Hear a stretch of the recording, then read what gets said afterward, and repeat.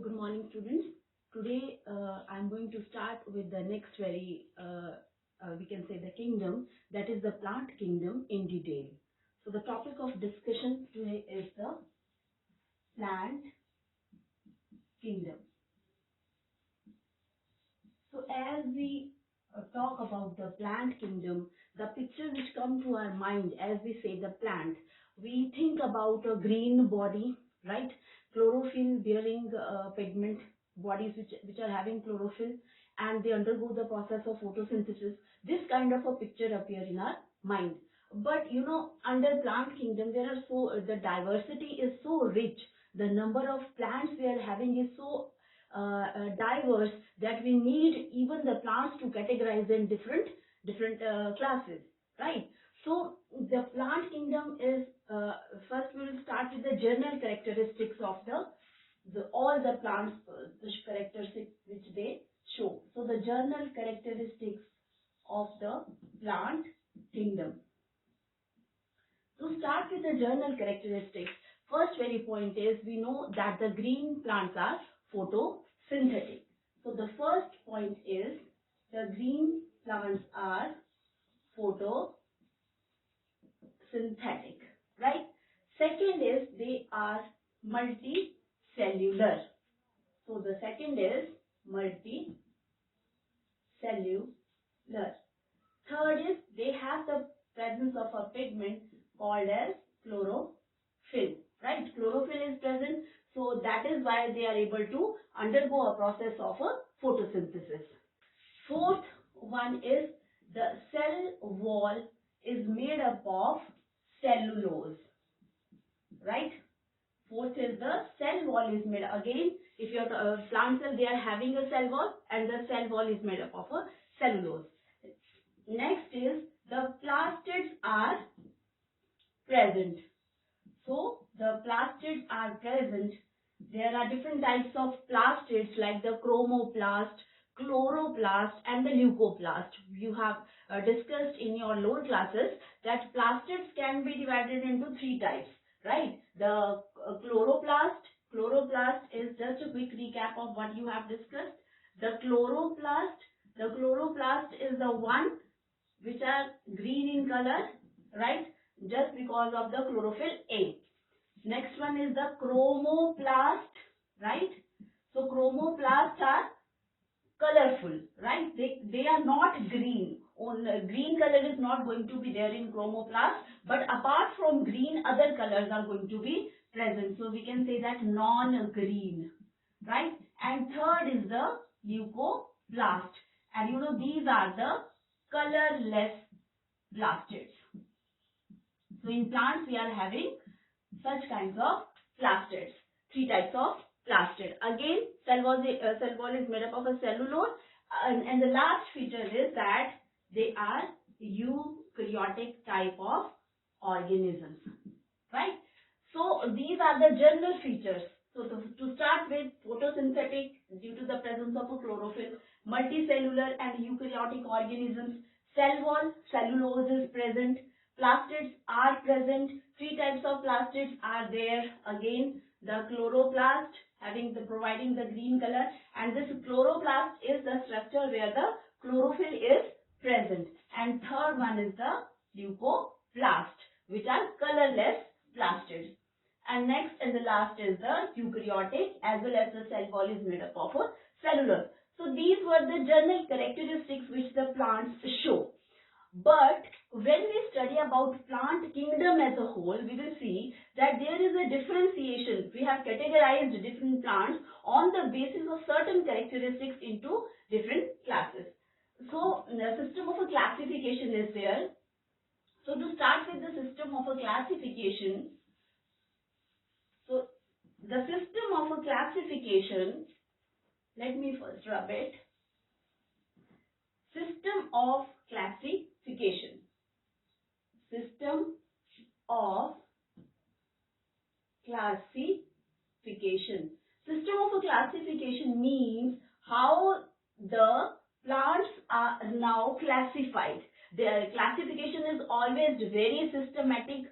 right? It is according to the rules that we are going to classify a certain plant into a class. Okay, so there are systems of classification which came from time to time as the progress went on and as the changes were there. So we went over to the very advanced system of classification, starting with the older one. So we will start with the different systems of classification. So there are three systems of classification. Three systems of classification. Okay. So here, three system of classification again. First one is the artificial system of classification. Second is natural system of classification. And third one is phylogenetic system of classification. So you can see that there are three systems of classification. This is the primitive one and this is the advanced one, right? So what is the artificial system of classification? We will start with this very part. So artificial system of classification, under this system, this was one of the artificial system of classification was given by Linnaeus, right? What he did, again Aristotle also gave, like the characters which were taken into consideration, those characters were very few, right? And the characters which were taken, they were changing in the as the environment was changing, or the characters were not stable, right? So the characters were changing. So when we are giving a standard system of a classification, we have to classify certain organisms under a certain class, order, or any whatever we are wherever we are classifying that in taxonomic hierarchy. We need to take the characteristics those are more stable, right? So in artificial system of classification, like in coming back to Aristotle, he gave the classification. He classified the organism on the basis of some having the red blood and others they were not having the red blood, or on the basis of the sex organs. So only few characters were taken into consideration. So in artificial system of characteristic, system of classification, few characters were taken into consideration, and those characters were the superficial characteristics, morphological characteristics, right? Characteristics related to the habit or the habitat, और we can say superficial character, जो बाहर से दिखने में easily जिनसे हम differentiate कर सकते हैं दो type of organisms के बीच में.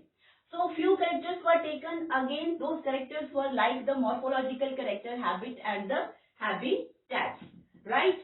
Next point is that this type of the system of classification, the characters which were taken, they change with the change in environment, right? With the change in environment, right? So they were not the stable characteristics. They were not, so I will write here, not stable characteristics. So the stable characteristics were not taken, which is the essential feature when we are going to classify something. And an example is the classification which is given by Linnaeus, right, and the Aristotle, right? So these were the points under the artificial system of classification. Now coming to the second part, that is the natural system of classification. So in this natural system of classification, the characteristics which were taken into consideration, they were more in number. So large number of large characteristics, right, were taken into consideration, right? Again, the characteristics which were taken, they were based upon what? The anatomy, right? The cytology, how the cell structure is, right? Then on the embryology, right? So these were the different structures which were taken into consideration while describing the natural system of classification. Again, what was the point over here? That these characteristics which were taken into consideration, they were more. But again, the characteristics, the similar type, on the basis of these characteristics also it was happening that the similar kind of the animals, they were kept in different classes, right? So there was a clash. So there was a need to have a other system of classification. So you can again write here, this was not stable, right? So this system of of classification was not again stable, and the example over here can be taken of the classification given by Bentham and Hooker. Okay. Now next, phylogenetic type of classification. So this type of a classification is the most advanced one classification we can say, and here the characteristics which were taken into consideration were all these characteristics, but the evolutionary relationship was also considered. Evolutionary relationship was taken into consideration, right? Into consideration. So the evolutionary relationship was taken into consideration, which means this a step ahead. We can say we are moving a step ahead when we talk about phylogenetic relation. So here you can see the genetic. So the genetic basis was also involved in this, classification, right? And the system of classification given, the phylogenetic system is an example. You can take the Hutchinson's system of classification, which is based upon the phylogenetic system of classification. So this is regarding the system of a classification. Now what is the correlation between these three systems of classification? This is an improvement over here, and this is the improvement over natural. So this is the base. From here we started discovering, we found that these are the loopholes and we have to leave it. A move ahead, the natural system came. Then all the loopholes from here were removed. Again, the phylogenetic system of a classification came. So you see there are so many steps.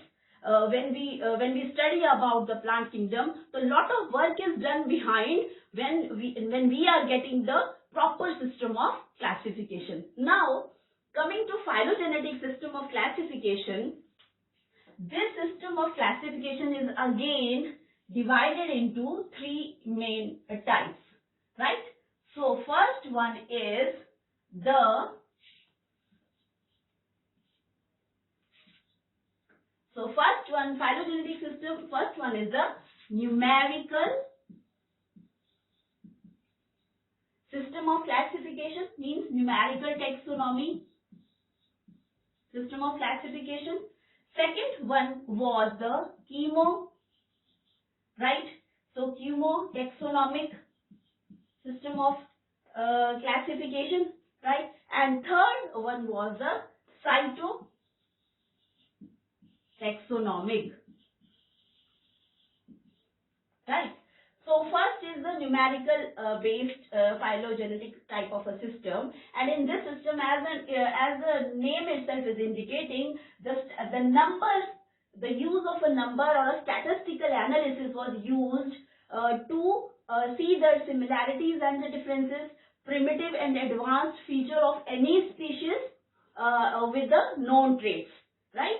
So what was happening over here, that the numbers, certain numbers, or we can say the statistical or the use of computers, statistical analysis was done between what?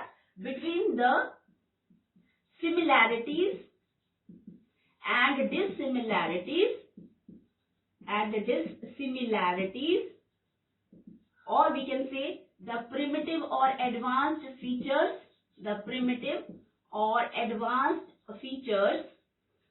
of any species known with the known traits of an organism. So what was the case in numerical taxonomy? That the number or the computers were used and the numbers were given. And also in numerical taxonomy, all the traits, or yeah, we can say that all the characters were given equal weightage. Right? Again, it is important that equal weightage was given to all characteristics. So what we have written in numerical taxonomy, so you have to remember the important points. One is, here the number are assigned to the characteristics, right? How? What we do? Like they can be based upon the similarities or dissimilarities. We have to compare what is the similarity and what is the dissimilarity with a known species. The characteristics of that very species are known to us. Or primitive and advanced, right, of any species with a known organism. Again, in this numerical taxonomy, equal weightage is given to all the characters. Now, next one is chemotaxonomy or chemotaxonomic system of a classification. Chemo, chemo word is related to the chemical constituents. So here, this system of classification was based on the chemical constituents, right? The chemical constituents, right? So this system was again based upon the chemical constituents. What is the chemical makeup, right? On that basis, the system of classification was given. Again, in this system of classification, the genetic characteristics were taken into consideration, right? In cytotaxonomic type of classification, cyto means the cell. So cellular level of organization. So these was based upon the cellular characteristics. Cellular characteristics, right? So cytotaxonomy, it was based upon the cyto or we can say the cellular characteristics. Here also, in this also, what was again the point is that it is related to the genetic similarities and change. It is related to genetic similarities and changes, right? And here also the expression of genetic, we can write over here that this is expression of genetic, right, similarities, and changes. So this is the complete classification, the first system of classification which was given. Again, a quick recap of what we discussed. We discussed first the different characteristics of a plant kingdom, right? Then we discussed there are three systems of a classification. Most primitive one, the artificial, then natural, and then phylogenetic. In artificial system of classification, few characteristics were taken into consideration. Again, those characteristics were based upon the superficial characteristics, like how the flower look, right? What is the system of arrangement of a leaves and all, where it is living. So morphological habit and habitats were taken into consideration.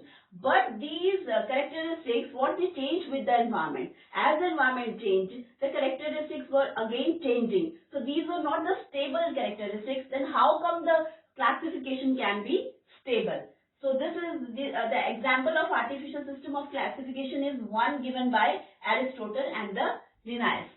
Then is the natural system. Again, more characteristics were taken into consideration. Those were related to the anatomy part, cytology, embryology, right? And they were also, it was seen that some of the similar organisms, they were kept in different classes. So again, there was a contradiction. And another system of classification was given, that is phylogenetic. So what is the phylogenetic? It considers all the aspects starting from the morphological characters, the anatomy, as well as the evolutionary relationship between the organisms. This is, you can see the example where Hutchinson gave the phylogenetic system of classification. Now this is divided into three based upon number and the stat, right? where the characteristics are given numbers, that is called as numerical taxonomy. Chemo, it is based upon the chemotaxonomy, that is based upon the chemical constituents, rather expression of genetic similarities and the changes. Cytotaxonomic it is based upon the cellular characteristics related to genetic similarities and the changes. So with this we are over with the system of classification, right? So this is all the system of classification. Now we will start with the plant, right? The plant, how the plants are now classified under different systems of classification in my next video. Thank you, class.